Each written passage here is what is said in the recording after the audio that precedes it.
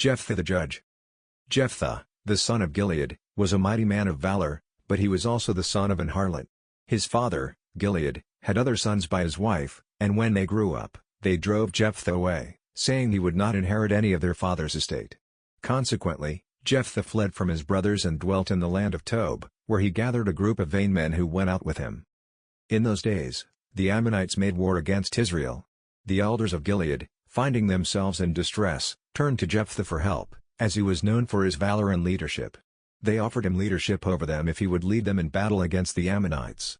Jephthah agreed on the condition that, if he was successful, he would be made head over all the inhabitants of Gilead. Jephthah sent messengers to the king of the Ammonites to ask why he was coming to fight against Israel.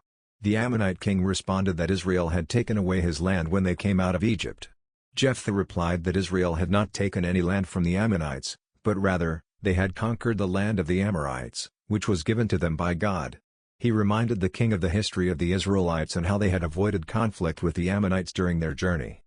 When the king of the Ammonites did not heed Jephthah's message, Jephthah made a vow to the Lord, saying that if he would deliver the Ammonites into his hand, he would offer up as a burnt offering weight out of the doors of his house to meet him upon his return. Jephthah then led Israel to victory over the Ammonites.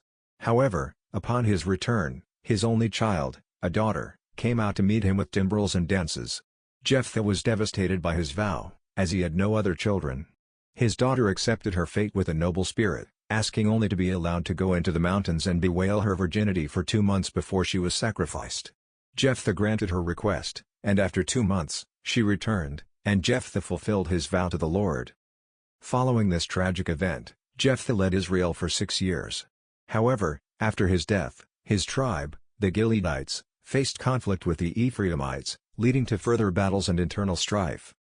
Jephthah's story is a complex one involving faith, leadership, and tragic consequences of vows made under duress.